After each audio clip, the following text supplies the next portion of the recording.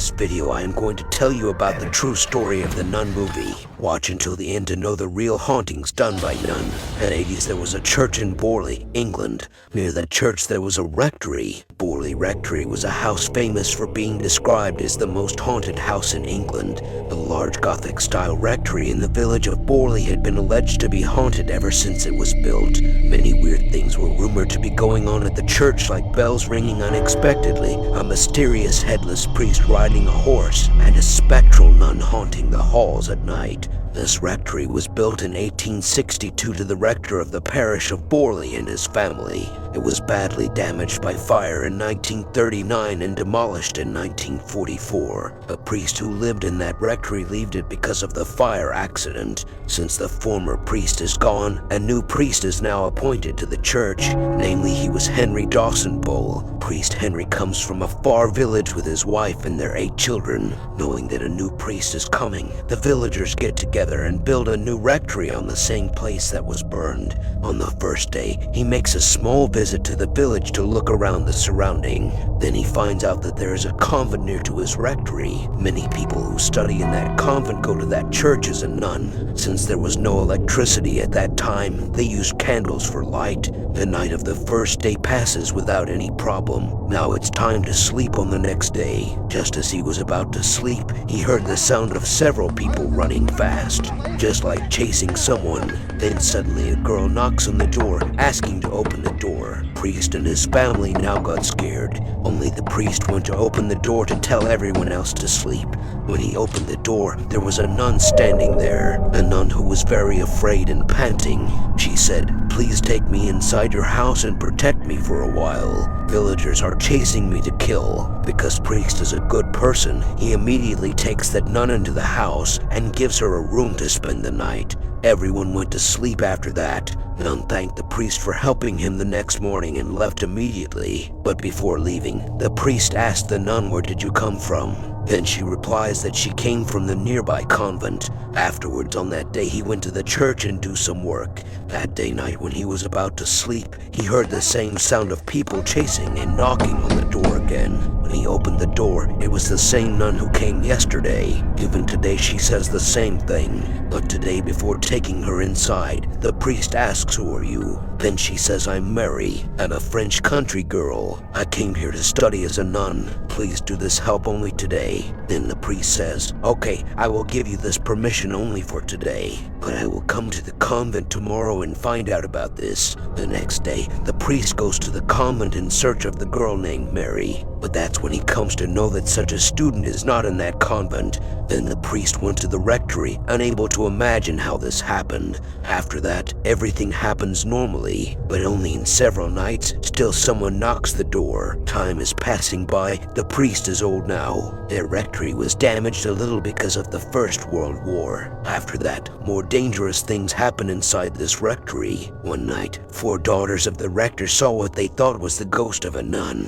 which was about 40 yards away from them. They tried to talk to it, but it disappeared as they got closer. Few locals have heard unexplained footsteps within the house several times. Various people claim to have witnessed a variety of puzzling incidents, such as a phantom coach driven by 2 headless horsemen. Priest Henry Bull died in 1892 and his son, the Reverend Harry Foyster Bull, took over the living. On the 9th of June 1927, Harry Bull died and the rectory again became vacant. In the following year, on the 2nd day of October, the Reverend Guy Eric Smith and his wife moved into the house. Soon after moving in, Smith's wife, while cleaning out a cupboard, came across a brown paper package containing the skull of a young woman. Shortly after, the family reported a variety of incidents, including the sounds of servant bells ringing continuously, lights appearing in windows, and unexplained footsteps. In addition, Smith's wife believed she saw a horse-drawn carriage at night. The Smiths contacted the Daily Mirror newspaper company and told about these hauntings.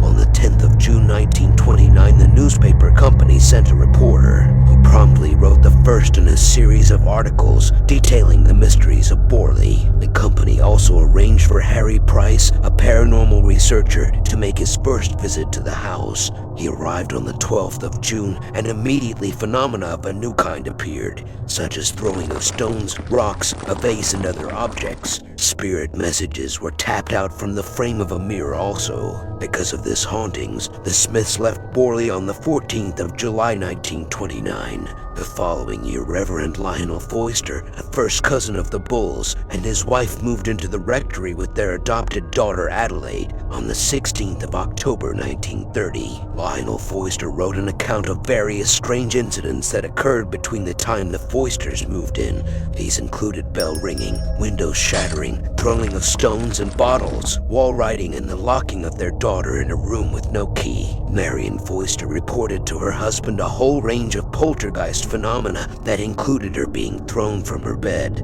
On one occasion, Adelaide was attacked by something horrible. Foyster tried twice to conduct an exorcism, but his efforts were fruitless. In the middle of the first exorcism, he was struck in the shoulder by a fist-sized stone. Because of the publicity in the Daily Mirror, these incidents attracted the attention of several paranormal researchers. Then famous demonologist couple Ed and Lorraine start an investigation about this haunted rectory. "I feel the presence of a nun in this church," Lorraine apparently told the group as they entered the church around midnight. It was pitch black, and there were no lit candles or lights. Their photographers snapped photos on a 35mm camera with infrared film. When they developed the images, what appeared to be a spectral nun was seen walking down the aisle. Later, they hears a story from the villagers about the rectory. Years ago, a former priest of Borley Rectory had an affair with a nun from the nearby convent. When the people of the village came to know about this, they planned to kill the nun who is studying in the convent nearby. One night when villagers was trying to kill her, the nun ran to the rectory and asked protection from the priest whom she loved.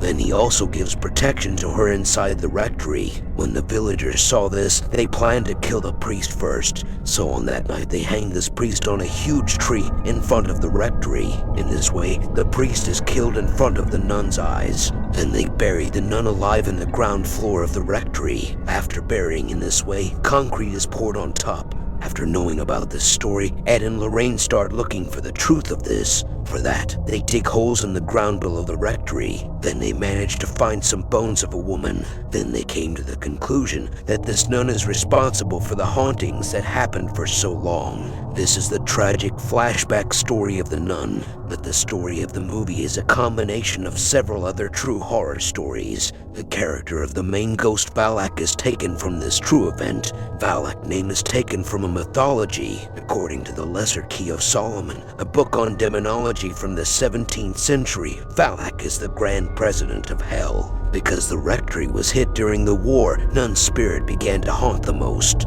People says that her tomb was broken during the World War. Then her spirit came out completely and starts to take revenge from the villagers. What do you think about the nun? Leave a comment in the comments section. Like this video if you enjoy it and know something new. Subscribe to Bloody Mary for more videos like this. Thank you.